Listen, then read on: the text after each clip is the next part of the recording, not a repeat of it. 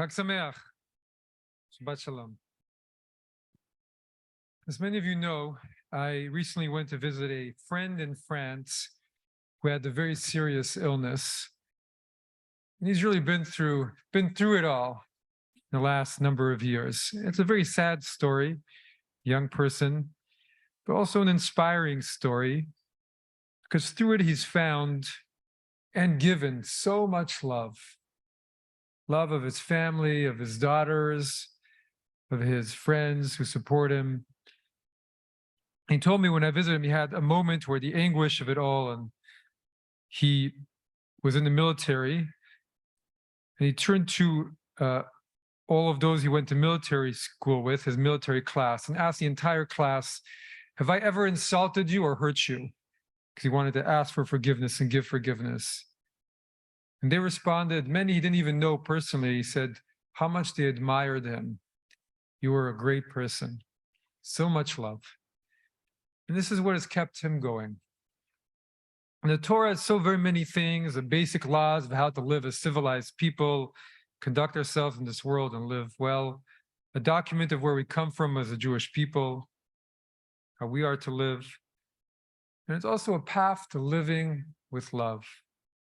So when the convert famously came before Hillel, first of rabbis of Shammai, and asked him to tell him all the Torah on one foot, and Hillel replied, don't do to others what you don't want them to do to you. And the commentators teach there was the same statement as love your neighbor as yourself. We find in the book of Leviticus. Give love to others. Give love to the stranger. Give love to the neighbor. Give love to your fellow Jews. And the whole Torah through a lens is a book about love. And what happens when that love is absent? The love of Adam and Eve, the love of Abraham for Isaac, his son, the love of Rebekah for her son Jacob, while Isaac loves Esau, Jacob's love for Rachel, Jacob's love for Joseph, and the beauty, but also the hardship of all of those relationships and that love in their lives. And God's love for the Jewish people, taking them out of Egypt. I have seen their suffering and I have come to lift them out. And the word for love in Hebrew, ahava, is on one hand the emotional love of people for each other, as it says in the book of Genesis, when Jacob fell in love with Rachel, 7 days whereas 7 years whereas 1 day because of that love. But as the Torah progresses, love becomes something else as well, a way of being, of serving, something that has to be practiced and made a habit out of, something we work at.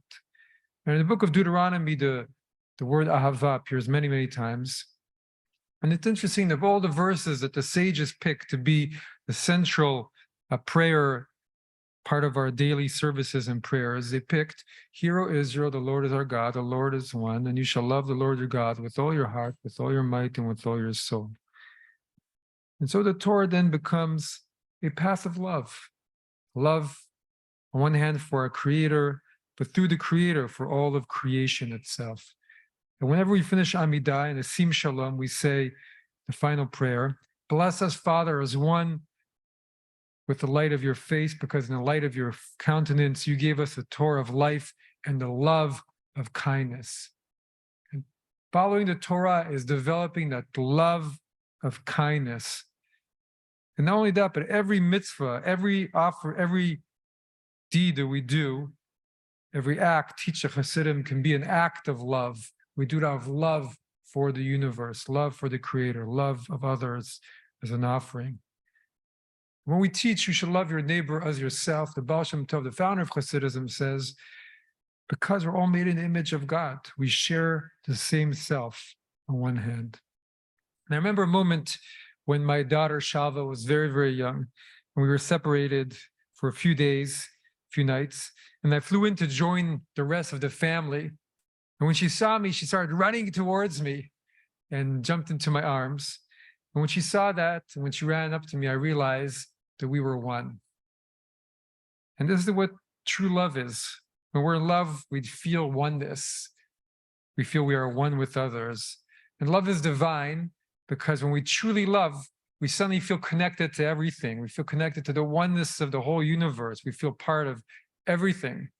everything is alive, everything is connected to everything else. And we realize, well, this is really the fabric of life. This is really what it's all about. And so when the children of Israel said yes at the mountain to the mission, as it says, Vayachen, that they were encamped in the singular. How could it be? There were so many of them.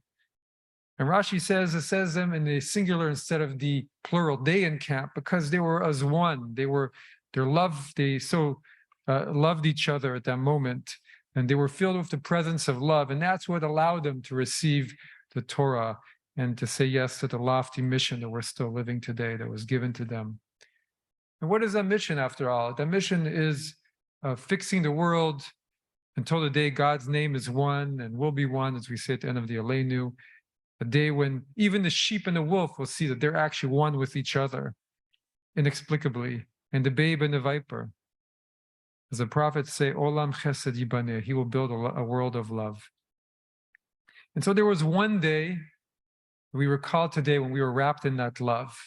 And the Midrash teaches the clouds were like the chuppah, and the Torah was the ketubah, and everything shook, and the shofar sounded to remind us of that truth of oneness for all time, and the truth of God and of all existence, of that loveness and of that love and that oneness. So all is echad, and that we can reach through love into that oneness, that we too can transcend everything that usually makes up our lives and realize that love that's at the center.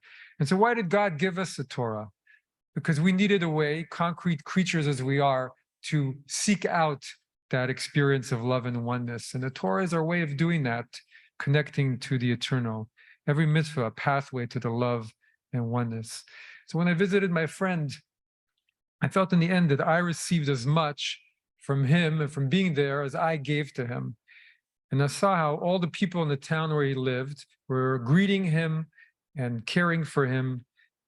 And he was able to find strength from this debilitating disease because of feeling connected in so many ways to all those people, to so many people. And Shavuot is also there to remind us that Torah is the path to making that habit of love, a habit of love that returns us to that great and awesome day. Shabbat Shalom, Chag Sameach.